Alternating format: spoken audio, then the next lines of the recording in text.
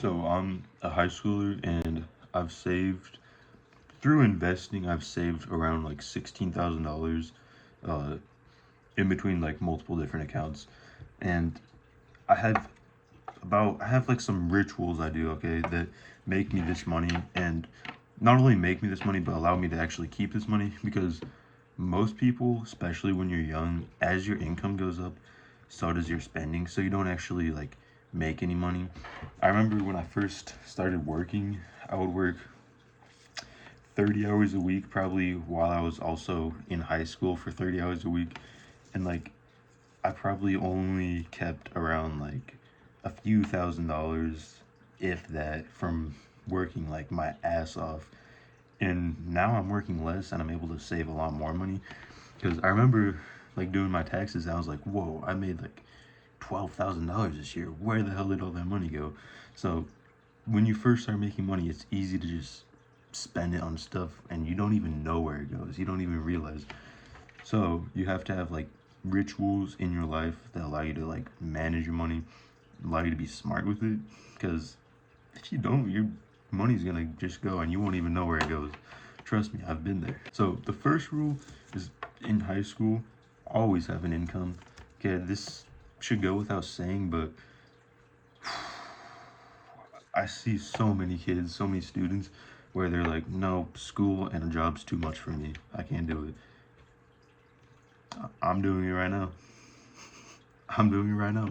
You can definitely do it, okay? Um, yeah, I used to work 30 hours a week while in high school.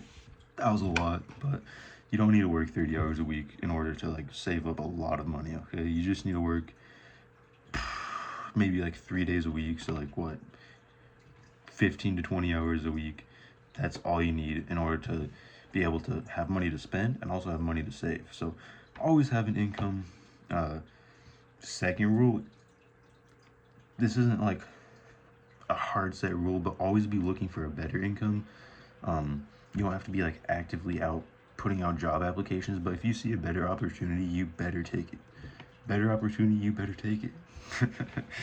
So, an example of this for me would be I think when I was like a freshman, I didn't have a job. I was like 14 or what, 15, whatever. And the only way I could make money was through doing chores. And then I was doing yard work. I think my mom probably paid me like $5 for like an hour of work or something. Uh, but this lady walked by, one of my neighbors, and she said, "Hey, I see you're doing like the yard work. Can you do yard work for me? I'll pay you $20 an hour." So, of course I took that. Of course I took that. Some people wouldn't even take that. They would be like, "No, I don't know this person." No, take it. If you get a better opportunity, take it. So $20 an hour for some somewhat consistent work. Like I think the first week I probably worked for like 4 hours, so that's like $80 in the first week, and then it was maybe like 90 minutes of maintenance for her yard, and she was totally willing to pay me. Most people are. So if you get a better opportunity, take it. And then now I got a job after that, and I continued working for that lady also on top of the job. So that's like minimum wage plus this $20 an hour. Always be leveling up. And then I got a better job, $17 an hour instead of minimum wage. And then I was about to get a raise at this job. Then I got an opportunity to make even more money at a different job. Uh, that would have matched the raise. I was starting at this job at the same rate that they're raising me to, and then this job raised me. So you're always got to be finding better opportunities. Even if you already have a job, if you're able to get a different job that pays like even a little bit more, take it. So don't just be complacent because you already know how to do your job at one place. You can learn, okay? It's not that hard.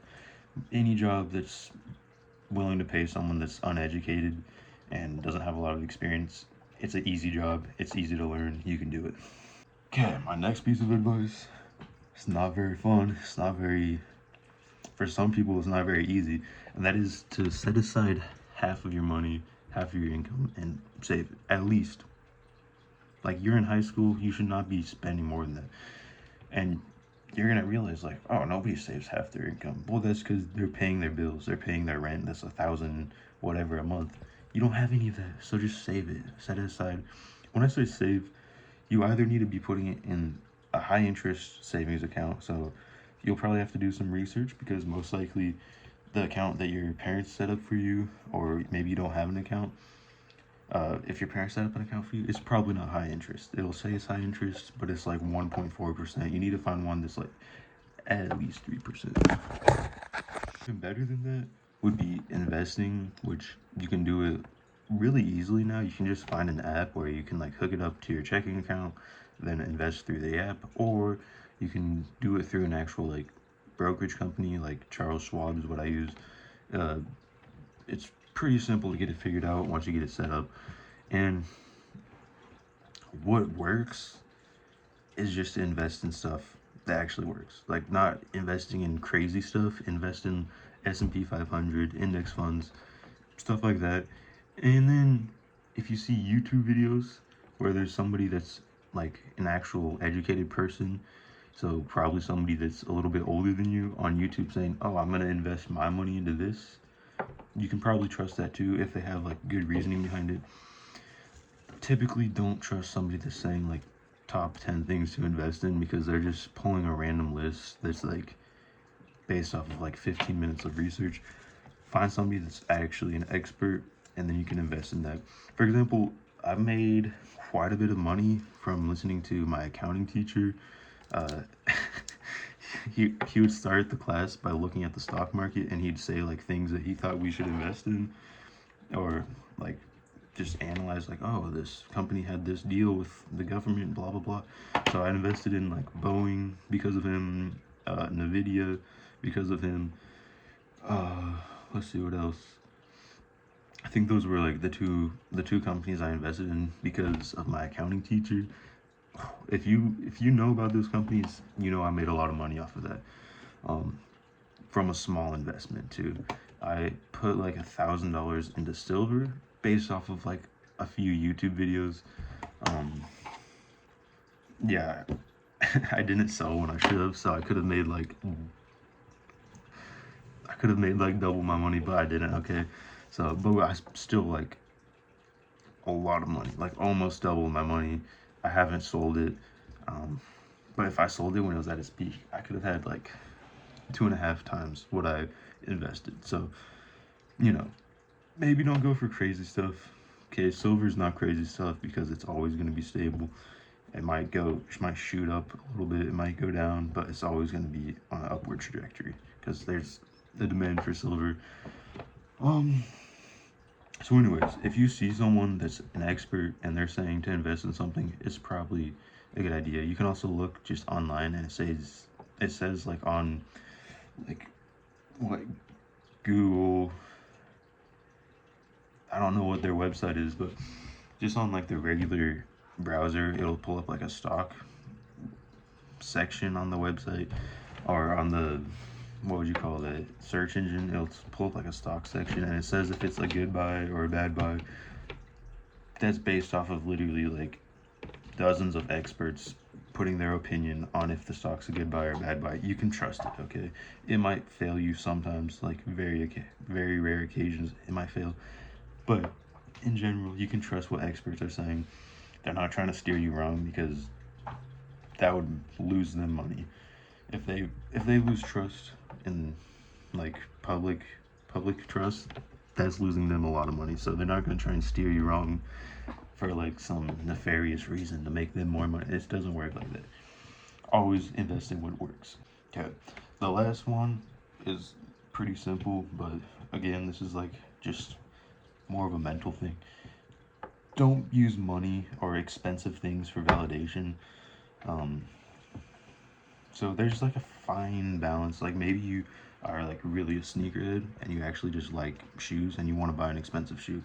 That's like your personal thing. But if you're buying like expensive clothes to, hopefully impress your friends or impress a girl, or, that's, first of all, nobody really cares. They might be like, yo, nice kicks, but it's not impressing them. They base you based off of your confidence, always. Like, not based off of your clothes or how you look. If you're confident, you get more respect. That's it. So don't use money for validation, because that's just going to make you waste your money. I've actually found that I've gotten more satisfaction from spending my money on things that nobody will even see. Like, you know, if you buy like a watch, like, dude, this watch, it's probably like a $15 watch. It's a sick watch though. I really like this watch. Um, it's not for validation. I just actually like it. Or spending on experiences, dude. Trust me, you'd have a lot more of a better life if you're like spending $20 a week to go out and like do something than spending it on like clothes or whatever. So do not use your money for validation, because that's how you waste your money, and you won't even be happier because of it. So that was like, what, 5 things? So yeah, if you do all these, trust me, you will save money. You will be on a trajectory that's putting your income upwards, because not only are you saving, but you're also increasing your income through investing and through just seeking better opportunities, because you're not going to get complacent if you're always seeking more money. If you always have that mindset in like the back of your mind, like, where I'm at now is not where I want to be, then you're always going to be increasing your income. These are very common sense, very easy to implement. It doesn't like take like 5 hours of work every day. There's just things like you do as you get your money, and it's not more work, it's just how you respond to getting that money. So really easy to do. If you do this, you'll end up with a lot of money.